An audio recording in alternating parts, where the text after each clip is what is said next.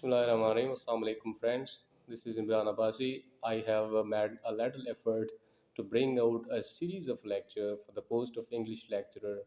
The interviews which are to be conducted by SPSC in the wake of the result of the lecturer pre-interview written test which was conducted on March 14, and these series would prove very helpful and instrumental for those candidates who are in the phase of preparing for their interviews. So, in every lecture, I will be discussing 10 questions from diverse resources which I expect that would be asked in your interviews. So, we are going to start in the first mock lecture, in the first mock interview. I'm going to start with introduction. So, introduction is the question which is asked from every candidate appearing in the interview. So, you have to start your introduction normally with your name, address, educational record, uh, any achievement or distinction on your record or your current job, and why you want to do this job or the job of the English lecturer. So you have to prepare the answers of these lectures as well. So we're going to start the main discussion. The first question, which I suppose would be asked in the interview, is the difference between Greek tragedy and Elizabethan tragedy.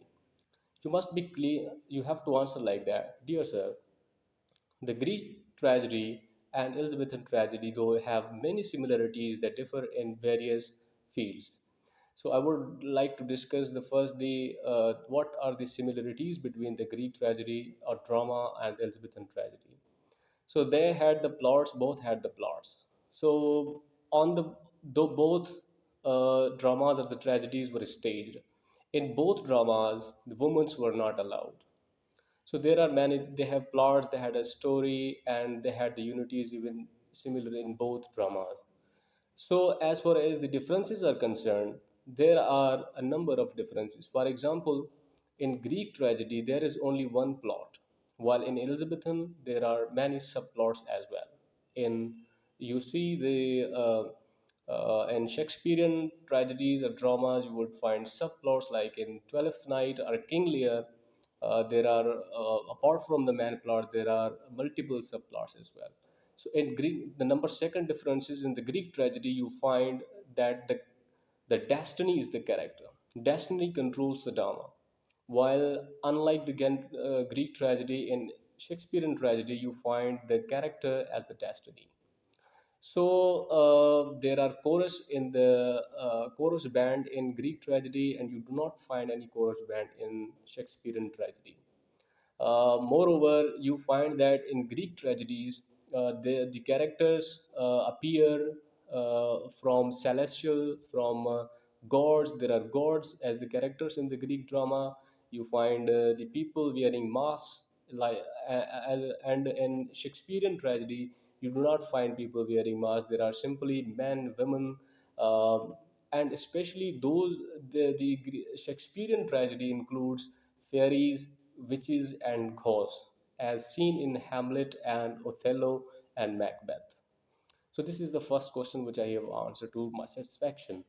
So second question which can be asked, that which is your favorite character from Canterbury Tales?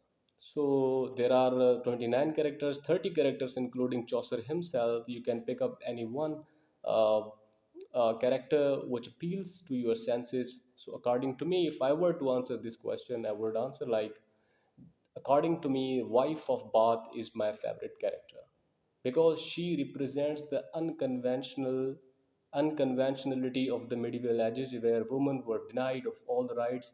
She was out and out, she was unconventional in her social cherry picked. She liked freedom. She had unconventional ideas about marriage, sex, and social freedom.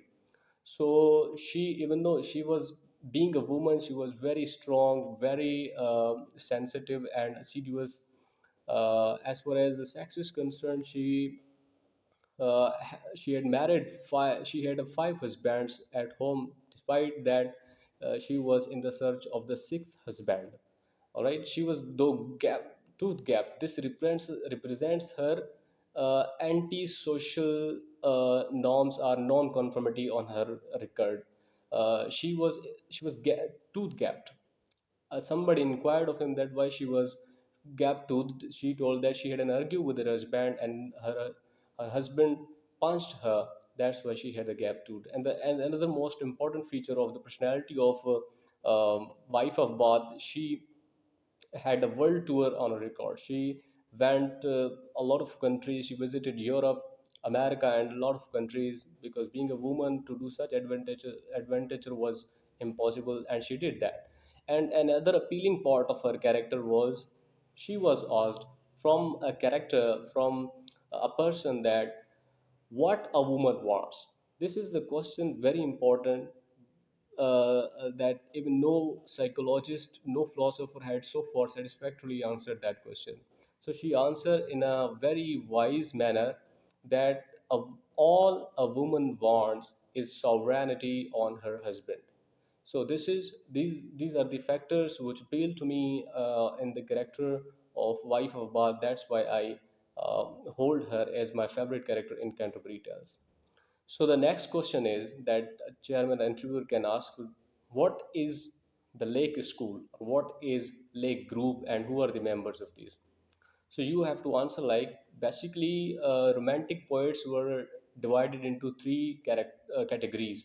The first category was the Lake District or the Lake Group, and second category was known as Scott Group, and third category was known as the Young Group. In Lag Group comprised of William Wordsworth, Shelley, and Ashley Coleridge, while Young Group consists of John Keats, and the Scott Group consists of Campbell and his friend. So these were the three different groups or the categories of the Romantic poets that survived during, that supported and influenced the movement of Romanticism in 18th and 19th century. So next question which can be asked from interviewer, who were Beatrice and Laura?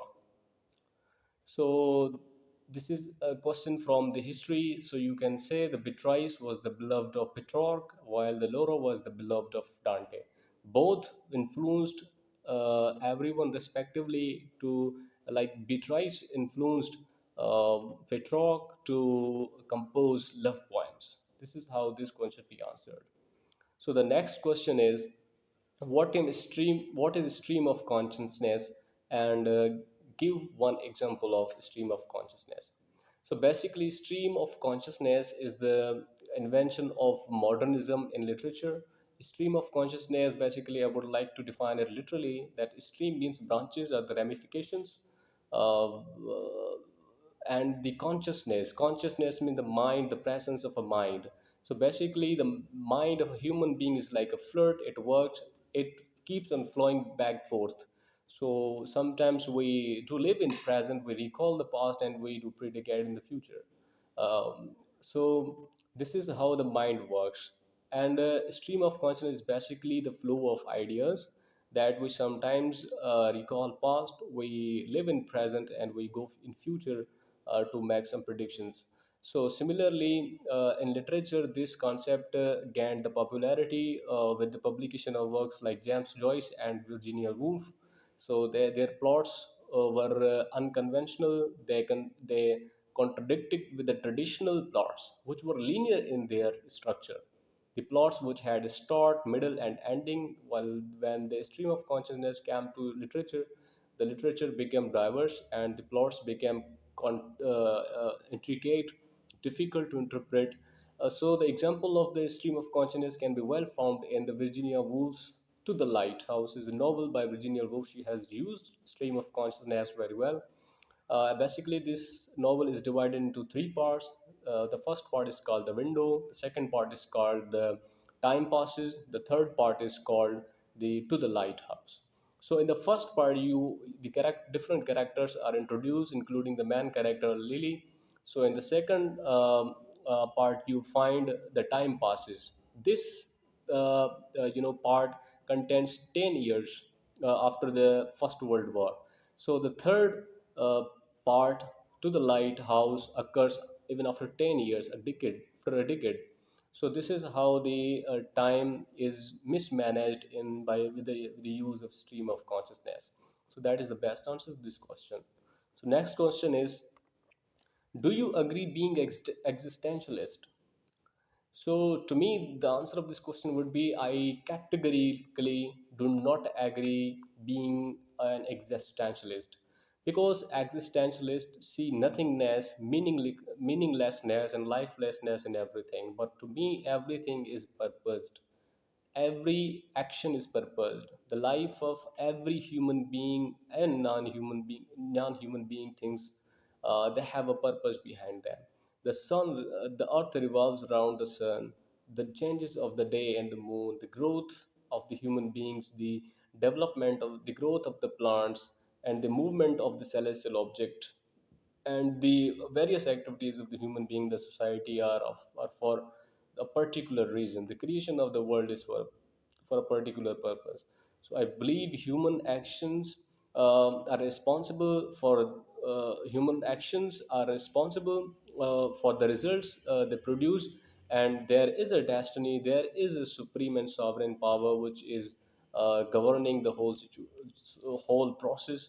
So this is how I agree to this phenomena, that existentialism is a false and a slum, and it is a misconception and a misunderstanding. It's misleading to the humanity. So I do not agree with being an existentialist. So next question, there can be question from even grammar, like translation. So they can give you Urdu or Sindhi sentences to translate. So I have picked a one Urdu sentence for translation, that Shumali Pakistan ki खूबसूरती काबिल दीद है. How would you translate it? I am going to translate it. The beauty of northern Pakistan is worth seeing. So that is the correct and the perfect translation of the sentence. The next question is account services of Ferdinand De Saussure. So the questions can also be from linguistics as well. So the contributions of Ferdinand de Saussure. So you have to start with the introduction of Ferdinand de Saussure as a Swiss linguist, who revolutionized the concept of, who revolutionized the phenomena of linguistics. He's known as the founder of the modern linguistics and father of modern linguistics, who has the credit of introducing the theory of structuralism in linguistics. So he has also wrote the course in general linguistics, which gave the concept of lang and parole. Lang is the general or the abstraction of language present in the mind, while the parole is the actualization or performance of the language rules which are present in the mind. So lang is an ideology, while the parole is the performance. So these are the major contributions of Ferdinand de Saussure to linguistics, according to me. So the next question is, what is Audioligual method? The same question comes from linguistics. Audioligual method basically is the modern method of teaching language, second language. It came to existence after First World War in America, where people, where English speakers traced out a method of teaching spoken language. Basically, it means to teach the spoken language to the second language learners with the help of videos, and the graphics, using certain ideolingual tools to teach this English language to second language learners. So there can be questions from even general knowledge.